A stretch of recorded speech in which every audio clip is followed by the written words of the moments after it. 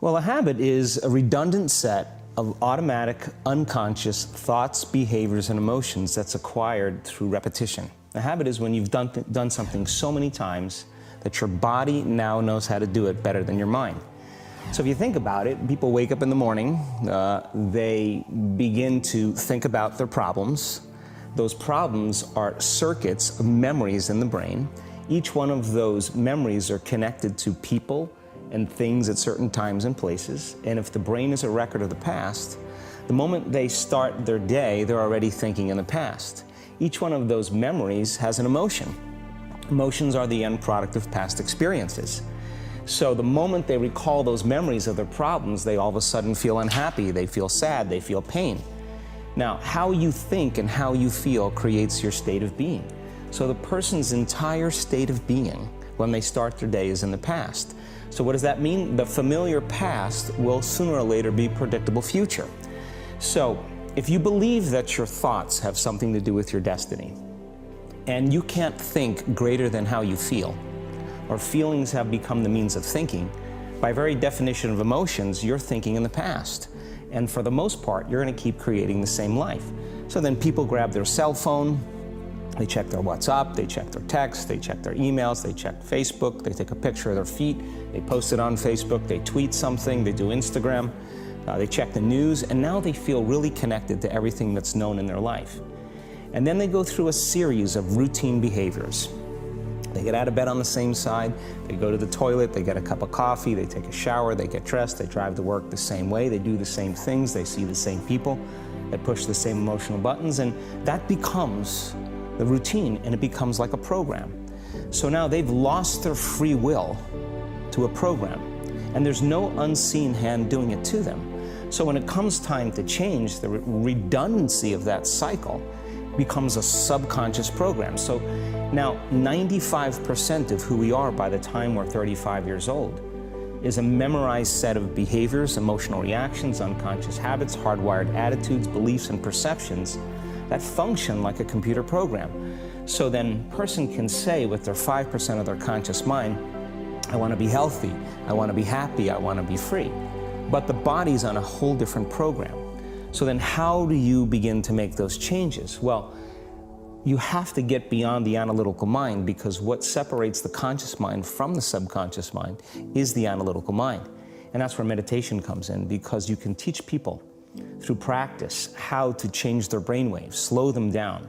And when they do that properly, they do enter the operating system where they can begin to make some really important changes. So most people then wait for crisis or trauma or disease or diagnosis. You know, they wait for loss, some tragedy to make up their mind to change. And my message is, why wait? And you can learn and change in a state of pain and suffering, or you can learn and change in a state of joy and inspiration. And I think right now, the cool thing is that people are waking up.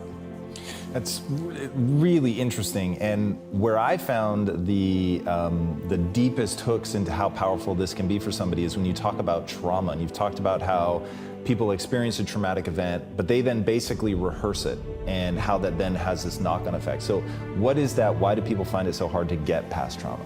The stronger the emotional reaction you have to some experience in your life, the higher the emotional quotient, the more you pay attention to the cause. And the moment the brain puts all of its attention on the cause, it takes a snapshot, and that's called a memory. So long-term memories are created from very highly emotional experiences. So what happens then is that people think neurologically within the circuitry of that experience, and they feel chemically within the boundaries of those emotions. And so when you have an emotional reaction to someone or something, most people think that they can't control their emotional reaction. Well, it turns out if you allow that emotional reaction, it's called a refractory period, to last for hours or days, that's called the mood. I say to someone, hey, well, what's up? You say, I'm in a mood. Well, why are you in a mood? Well, I had this thing happen to me 5 days ago, and I'm having one long emotional reaction. If you keep that same emotional reaction going on for weeks or months, that's called temperament. Why is he so bitter? I don't know, let's ask him. Why is he so bitter? Why are you bitter? Well, I had this thing happen to me 9 months ago. And if you keep that same emotional reaction going on for years on end, that's called a personality trait. And so learning how to shorten your refractory period of emotional reactions is really where the work starts. So then people, when they have an event, what they do is they keep recalling the event because the emotions of stress hormones, the survival emotions, are saying pay attention to what happened because you want to be prepared if it happens again.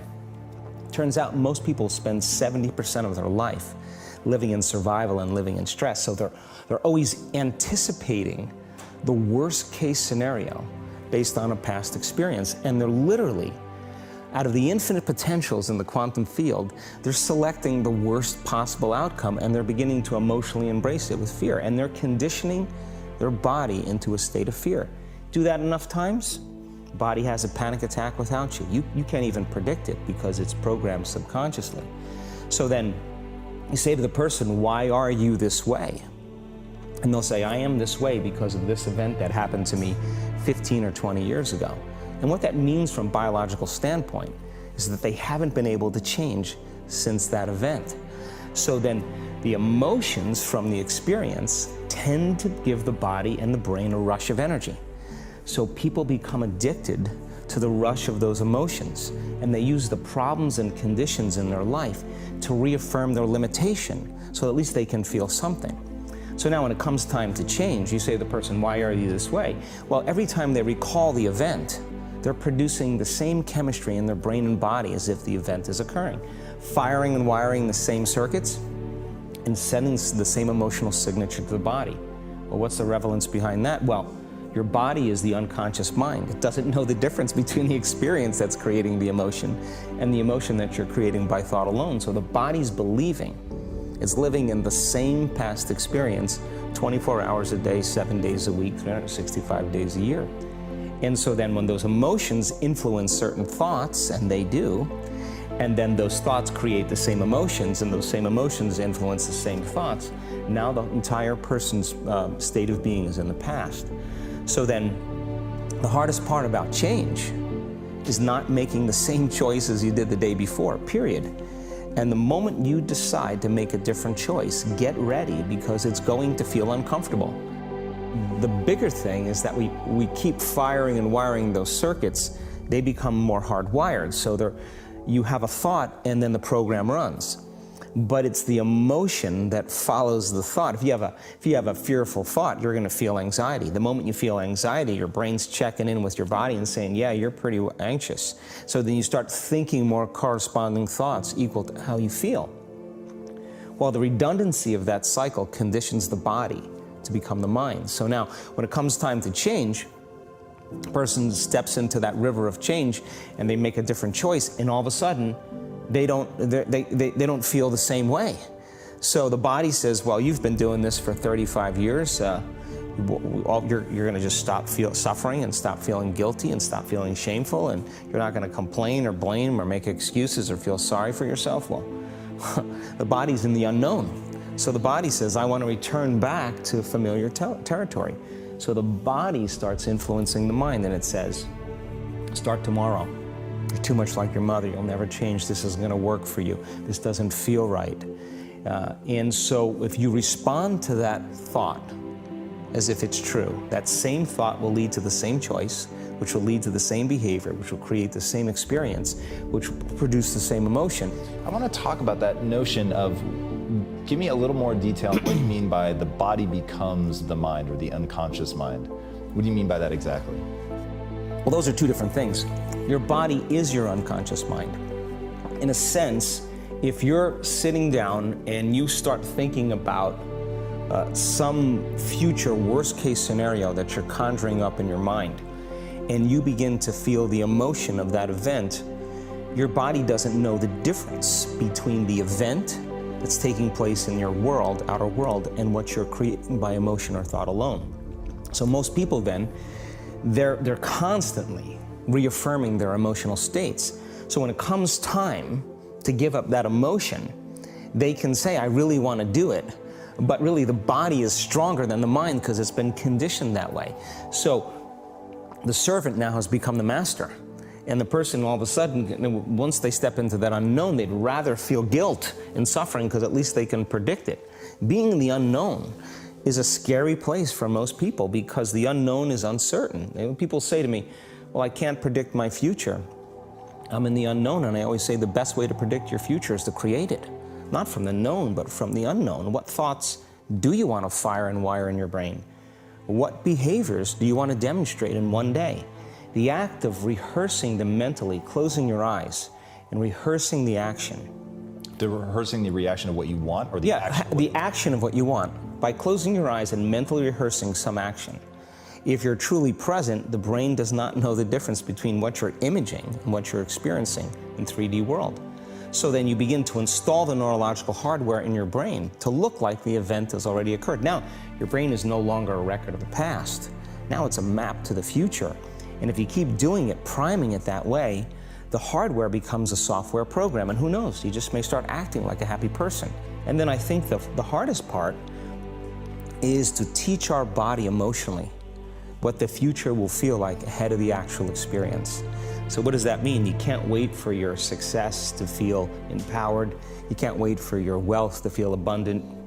You can't wait for your new relationship to feel love, or your healing to feel whole. I mean, that's the old model of reality, of cause and effect, waiting for something outside of us to change how we feel inside of us. And when we feel better inside of us, we pay attention to whoever or whatever caused it. But what that means then is that from the Newtonian world is that most people spend their whole life living in lack, waiting for something to change out there. What do you mean the Newtonian world? The Newtonian world is all about the predictable. It's all about predicting a future. But the quantum model of reality is about causing an effect. The moment you start feeling abundant and worthy, you are generating wealth. The moment you're empowered and feel it, you're beginning to step towards your success. The moment you start feeling whole, your healing begins. And when you love yourself and you love all of life, you'll create an equal. And now you're causing an effect. And I think that's the difference between living as a victim in your world, saying, I am this way because of this person or that thing or this experience. They made me think and feel this way. When you switch that around, you become a creator of your world, and you start saying, my thinking and my feeling is changing an outcome in my life. And now, that's a whole different game, and we start believing more that we're creators of reality. So how do we go from, okay, I have this negative emotion, it's controlling my life, it's got me in this cycle of, I think about this emotion, which triggers a chemical reaction, which trains my body to feel that way, which makes it easier, more likely I will do it again, and so now I'm in this vicious cycle. And it's unconscious. Right, and you said, does your thinking create your environment, or does your environment create your thinking, which I thought was really, really interesting. So how do we then go from that, like mechanistically, to begin this visualization process of something that's empowering? It's me in a different state, it's my future self. Is it meditation? What does that look like? If you're not being defined by a vision of the future, then you're left with the old memories of the past, and you will be predictable in your life. And if you wake up in the morning and you're not being defined by a vision of the future, as you see the same people and you go to the same places and you do the exact same thing at the exact same time, it's no longer that your personality is creating your personal reality. Now your personal reality is affecting or creating your personality. Your environment is really controlling how you think and feel unconsciously, because every person, everything, every place, every experience has a neurological network in your brain. Every experience that you have with every person produces an emotion. So some people will use their boss to reaffirm their addiction to judgment. They'll use their enemy to reaffirm their addiction to hatred. They'll use their friends to reaffirm their addiction to suffering. So now they need the outer world to feel something. So to change then is to be greater than your environment, to be greater than the conditions in your world. And the environment is that seductive. So then why is meditation the tool? Well, let's sit down, let's close our eyes. Let's disconnect from your outer environment. So if you're seeing less things, there's less stimulation going to your brain. If you're playing soft music or you have earplugs in, less sensory information coming to your brain, so you're disconnecting from your environment. If you can sit your body down and tell it to stay like an animal, stay right here. I'm going to feed you when we're done. You can get up and check your emails. You can do all your texts. But right now, you're going to sit there and obey me. So then, When you do that properly, and you're not eating anything or smelling anything or tasting anything, you're not up experiencing and feeling anything, you would have to agree with me that you're being defined by a thought, right? So when the body wants to go back to its emotional past, and you become aware that your attention is on that emotion, and where you place your attention is where you place your energy, you're siphoning your energy out of the present moment into the past, and you become aware of that. And you settle your body back down in the present moment, because it's saying, well, it's 8 o'clock. You normally get upset because you're in traffic around this time. And here you are sitting, and we're used to feeling anger, and you're off schedule. Oh, it's 11 o'clock, and you usually check your emails and judge everybody. Well, the body's looking for that predictable chemical state. Every time you become aware that you're doing that, and your body is craving those emotions, and you settle it back down into the present moment, you're telling the body, it's no longer the mind, that you're the mind, and now your will is getting greater than the program. And if you keep doing this over and over again, over and over again, over and over again, just like training a stallion or a dog, it's just gonna say, I'm gonna sit. And the moment that happens, and the body's no longer the mind, when it finally surrenders, there's a liberation of energy. We go from particle to wave, from matter to energy, and we free ourselves from the chains of those emotions that keep us in the familiar past. And we've seen this thousands of times. In fact, we can actually predict it now on a brain scan.